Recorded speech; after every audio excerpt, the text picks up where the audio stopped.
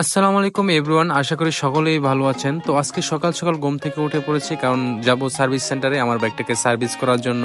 তো আপনারা সবাই জানেন আমার বাইকটা স্টার্ট নেয় না, যার কারণে বাইকটা রাইড করে যাওয়া পসিবল হচ্ছে না। তো এই জন্য আমি আমার বসকে বলছি যে তার মিনি পিকআপ দিয়ে আমাকে নিয়ে যাওয়ার জন্য। আমি ওনার জন্য ওয়েট করতেছি, দেখা যাক সে কখন আসে।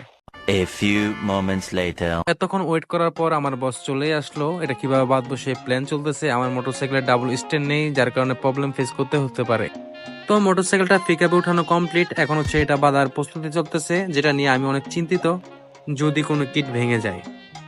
তো বাইকটা এখন বাঁধা হচ্ছে। তো আমি ওদেরকে বলেছি যতটুকু সম্ভব প্রেশার কম দিয়ে বাইকটা যেন সুন্দর করে বাঁধে, যেন কোনো প্রবলেম না হয়।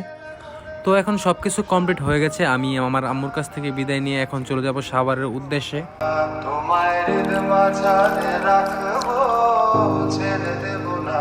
তোমায় হৃদয় মাঝে রাখবো, ছেড়ে দেব না। তোমায় মাঝারে রাখবো, ছেড়ে দেব না। তোমায় হৃদয় মাঝে। তো উনি হচ্ছে আমার সেই বস, যার কাছ থেকে আমি ড্রাইভিং শিখেছি। উনি আমার মতো আরও শতাধিক মানুষকে ড্রাইভিং শিখিয়েছে। তো যারা ড্রাইভিং শিখতে চান তারা ওনার সাথে যোগাযোগ করতে পারেন। ওনার ফেসবুক আইডি ফার্স্ট কমেন্টে দেওয়া থাকবে। তো এদিকে আমার ভালোবাসার বাইকটা একা একা দাঁড়িয়ে আছে, তাকে বেঁধে রেখেছি। জানি না আর কতক্ষণ সময় তাকে এইভাবে বেঁধে রাখতে হবে। যেহেতু খুব সকালবেলা আমরা বের হয়ে গেছি, বাসা থেকে কেউ খাই আসি নাই, যার কারণে আমরা রাস্তার সাইডে গাড়িটা দাঁড় করিয়ে নাস্তা করে নিচ্ছি। খাওয়া দাওয়া শেষ করে দেন আমরা রওনা দিয়ে দিলাম। আর এটা হচ্ছে কি আসলে রাস্তা, আসলে বেরিবাদ। তো অনেকদিন পরে আমি ড্রাইভিং করতেছি, খুবই ভালো লাগতেছিল। আর এমনিতে অনেকদিন পর পর একটা জিনিস ট্রাই করলে এটা কিন্তু এমনিতেই অনেক ভালো লাগে। এটা কিন্তু অটো না, this is manual power bro. Then অবশেষে চলেই আসলাম আমাদের সেই কাঙ্ক্ষিত লক্ষ্যে।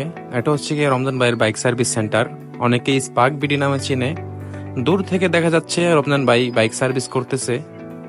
তো ওইদিকে যে দড়িগুলো ছিল ওইগুলো খোলা হচ্ছে ধীরে সুস্থিতে। দেন আমরা বাইকটা নামাবো। তো ওইদিকে আমার এক ছোট ভাই, সে আমাকে সাইকেল স্ট্যান্ড দেখাতে, সে পড়তে পড়তে বাইচে গেল।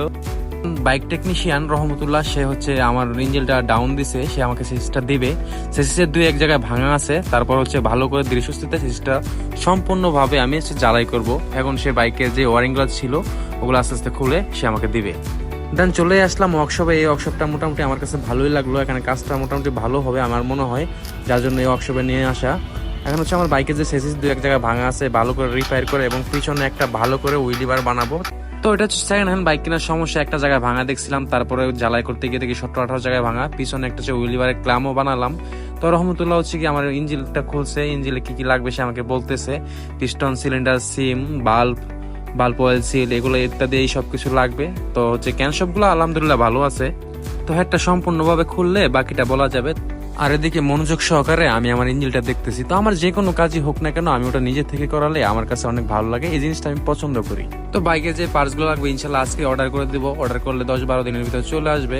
আর অন্যদিকে বাইকের যে সেচিস ছিল, এলোরিং গুলো ছিল, এগুলো রঙের জন্য দিছি। সে হচ্ছে পুটিন মেরে রোদে শুকাইতে দিছে, এগুলো রং করতে আরো 1 সপ্তাহের মতো সময় লাগবে। তো আপনারা যারা এই পর্যন্ত ভিডিওটা দেখেছেন তাদেরকে অসংখ্য ধন্যবাদ। একটা ভিডিও বানাতে অনেক পরিশ্রম করতে হয়, আপনারা যদি লাইক কমেন্ট করেন তাহলে আমরা নিত্য নতুন ভিডিও বানাতে উৎসাহিত হই। তো আজকের ভিডিওটা এই পর্যন্ত ছিল। এই পর্যন্ত সকলেই ভালো থাকেন, সুস্থ থাকেন। দেখা হবে পরের ভিডিওতে। আল্লাহ হাফিজ।